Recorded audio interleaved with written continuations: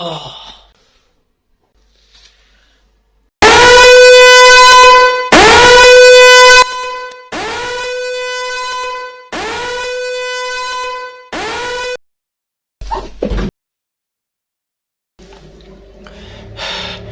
الخير.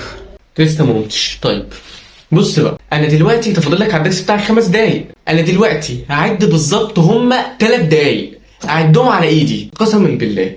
لو لقيتك دلوقتي ما قمت اتنفضت ودخلت الحمام، لا اقسم بالله لا هعمل. اروح فين؟ طب ما اسمعش اخر التهديد ليه؟ مش يمكن هقول له حاجه حلوه؟ اهو التسرع ده اللي هيودي الشباب دي في داهيه اقسم بالله.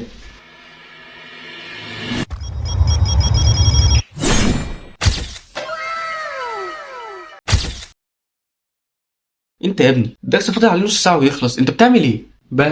بعمل الواجب، عشان اتنقل اروح الدرس. حل الواجب ايه؟ وازاي معلش هتحل واجب ماده كامله دراسيه في 5 دقايق اللي انت عمال تعمله ده؟ ازاي يا عم؟ انا طالب شاطر بعرف اعمل واجب في 5 دقايق. ممكن تسيبني بقى باخد تاكسي واروح، خليني بعرف اعمل واجب. يا عم طالب شاطر ايه بس؟ وبعدين انت يعني ازاي بتحل واجب وعمال تعمل بالقلم بسرعه؟ انا مش فاهم حاجه يعني.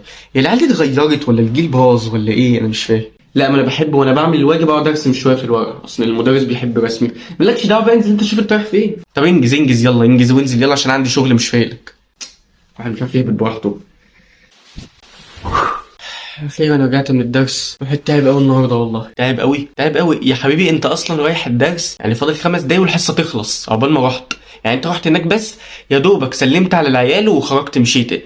5 دقايق اللي تعبوك دول؟ انا مش عارف، اكيد انت تعبت بقى من المشوار وانت راجع وانت مستهتر يعني بالخمس دقايق دول. انت عارف الخمس دقايق دول يعملوا ايه؟ انا رحت في الخمس دقايق دول عرفت الحصه كلها بتتكلم عن ايه، ورجعت كل حاجه وكمان عملت الواجبات الجديده. يا عم ما علينا، المهم يعني ركز خلاص، فاضل شهر على الامتحان. ما انا عرفت خلاص ان فاضل شهر على الامتحان صحيح. عايزك بقى تذاكر بقى وتركز وبلاش لعب العيال اللي انت عمال تعمله ده يا حبيبي. خلاص فاضل شهر على الامتحان، يعني شهر وخلاص وهتخش كليه يعني خلاص. لا من ناحيه بقى المذاكره دلوقتي ما تقلقش. انا اي نعم يعني من بدايه الدراسه يعني ايه قعدت العب شويه واعمل بس عشان احنا ما كناش لسه دخلنا في الجد. بس احب اقول لك خلاص هو فاضل شهر واحد على الامتحان، وانا قررت اقول لك ان انا خلاص هذاكر بس مفيش لعب مفيش نزول مفيش اي حاجه. عايزك بس تسيبني بص ولا تطلب مني حاجه وانا ههري نفسي مذاكره.